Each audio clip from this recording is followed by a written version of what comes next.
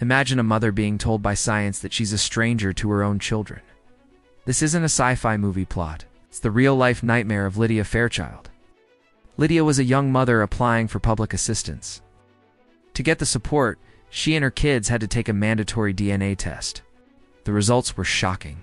The tests confirmed that the man she said was the father was indeed the father. But for Lydia, the results came back negative. According to the DNA, she was not the mother of her own children.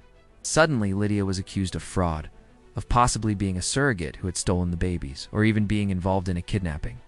She was facing the terrifying prospect of having her children taken away and going to prison. She kept insisting, "I gave birth to these kids. I carried them for 9 months." But the DNA evidence, the gold standard of modern science, said she was lying. Her life was spiraling out of control, all because a piece of paper declared she was a biological stranger to the kids she knew were hers. Lydia's lawyer, Alan Tyndall, was stumped. How could this be possible? He knew Lydia was telling the truth. He started digging and found a lifeline in a medical journal from across the country. He discovered a similar mind-boggling case from 1998 involving a woman named Karen Keegan. Karen needed a kidney transplant, and her family was tested to find a match. The test showed that 2 of her 3 sons couldn't possibly be hers. Doctors were baffled until they discovered the truth. Karen was a chimera. So what exactly is a chimera? It sounds like something from Greek mythology, but it's a real, though rare, biological phenomenon. A tetragametic chimera happens in the very earliest moments of life. 2 separate eggs are fertilized by 2 separate sperm, creating 2 distinct embryos, essentially non-identical twins. But then something extraordinary occurs. Instead of developing side by side, these 2 embryos fuse together and grow into a single person. This person is, in essence, a blend of 2 individuals. They have 2 sets of DNA distributed throughout their body. One set might be in their blood and skin, while the other set might be in their internal organs. And this was exactly what happened to Lydia Fairchild.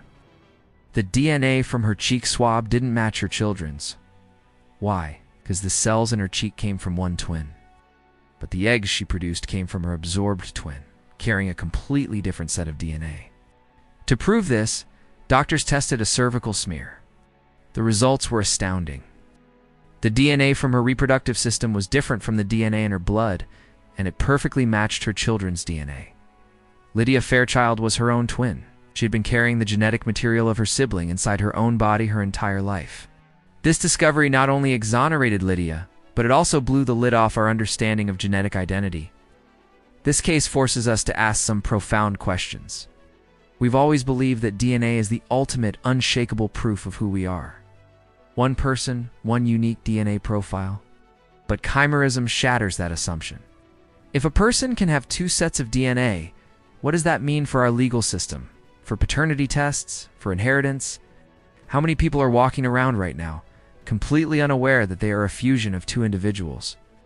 As DNA testing becomes more accessible and common, we're likely to uncover more and more cases like Lydia's. Think about the implications.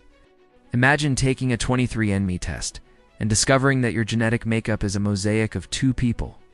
It redefines the very concept of self and individuality. It challenges our ideas about motherhood and family. In Lydia's case, who is the mother? The woman who gave birth, or the unseen twin whose genes were passed on? Of course it's Lydia, but the question highlights the complexity.